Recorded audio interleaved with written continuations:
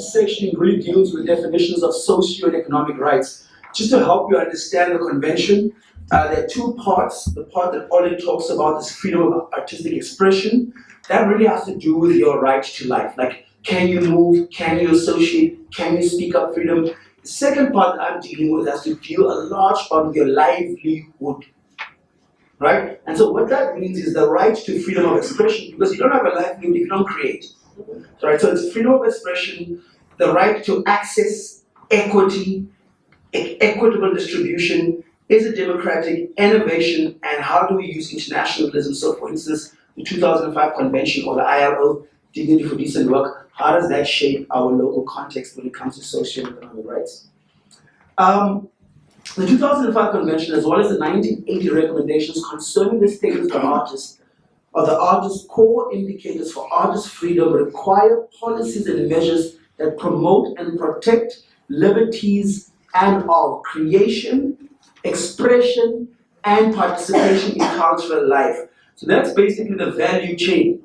To say, oh, when this person is creating, because when you're creating it for somewhere else generally, you were that rehearsal, whatever phase, then you are, from your creation, you're moving on to expression, which is standing on stage now and expressing yourself, and through that, participating, whether it's through your income that you're getting, that's the value chain in the creative sector. So the protection must not just be while you're expressing. The protection must run from creation to expression to participation. And those are the indicators that we'll say, okay, it's not limited in terms of cultural life. The social and economic rights include accessing decent work and mitigating the loss of income while exercising freedom of expression. So that's the kind of, there's like a Venn diagram. Freedom of expression here, socio-economic rights here, but in the middle, there's a thing that they share, and the thing that they share is decent work. Because decent work has got to do with your life, with occupational health and safety, sexual harassment, and all of those things outside of the workplace, and it also has to do with your livelihood, which comes from the social security, where at the worst case, are you protected if you fall pregnant, if you are injured, if you have a loss of income, when you pass away, can your children access all of these issues? That's what we are talking about. Okay, this work of precarious work is the biggest issue when it comes to formalizing the cultural sector.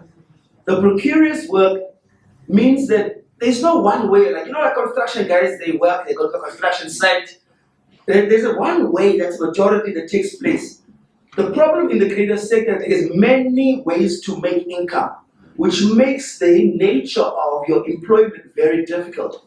Many workers are faced with unexpected bouts of illness, for instance, also, and injury, along with the possibility of unemployment that can strike at any time. People are like, what do you mean? I'm like, think about a dancer.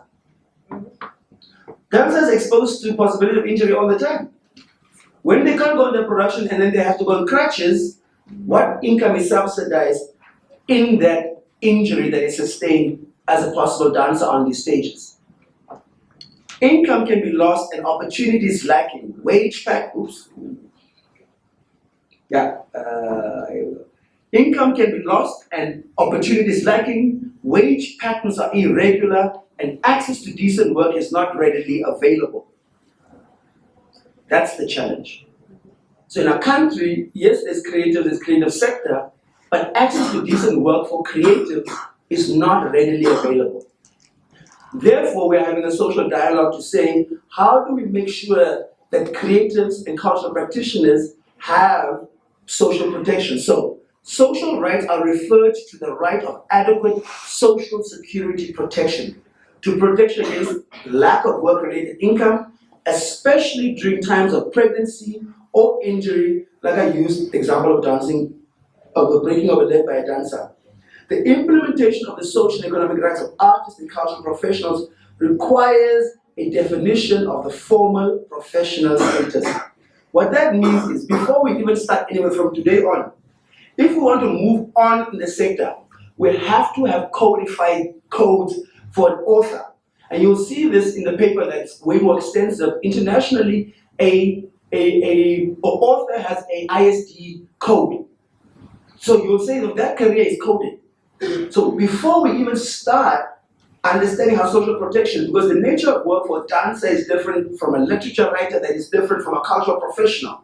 So we have to codify the professions first so that we have an understanding of what is the spectrum that we are dealing with, and it makes it easier for labor, for Social Security Commission, once the professionals are codified. So if you say, what's the next step? Is we have to have a formal professional status, which means that occurs through the codification of various careers. There are existing international codes for various professions, and we can then mirror and benchmark on those so that we're in line with those systems. And then we can say, it gives us, oh, these people work 80 hours under these conditions, and therefore we can protect them like this. These ones work in the rural area, in the fields making baskets, they need this type of protection, and so we can then disaggregate and make it very specific. So that way, once we codify it, we know what is the nature of employment. Are you sitting in the village weaving the basket? Are you rehearsing at the NTN? Are you drawing with the gallery? Are you working with a private player? Those are the issues that we really want to look at. And I think, most importantly, when we're talking about decent work, in the breakdown, asking what is decent work, it really has to do with employment opportunities. It has to do with remuneration. When you are getting paid, it has to do with social protection. It has to do with how private players are treating artists, so it's not just government's responsibility. If somebody hires you, do they pay you on time? How long do they wait? If they don't pay you, is there a grievance mechanism where you can go and say, you know what, I did this work for this many hours, I didn't get paid. Does Ministry of Labor provide that type of a non-exploitative kind of address to that?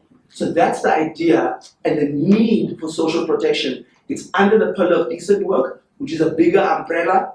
We're kind of working at bottom up. So we took one thing, social protection, and we throw it into the thing. The next we'll say, let's take on remuneration. Then at the end, we'll then hopefully end up with a whole body of the various aspects for decent work. Okay? So in Namibia, social protection in Namibia is often referred to as social security, and simultaneously this human right, which is important, because people think it's like a privilege. It's a right. This human right can be defined as a set of policies and programs designed to reduce and prevent poverty and vulnerability. That's why the institutions like Social Security Commission are important, because it falls, like we're combining with their mandate, which is essentially preventing poverty, reducing vulnerability, and ensuring that Namibian citizens have some form of dignity and are not humiliated or dehumanized in the experience of working in the creative sector. That's what's important. It's a social safety net. So, we spoke about this, I think, a little bit earlier in the IRL presentation, because we got a lot of our literature from there. Social protection systems consist of two things generally. It's social insurance, and that are the service provisions that are usually given through a contributory scheme. So like the Social Security Commission, that is social insurance, right? It's for people who are employed at some level. And then there is social assistance.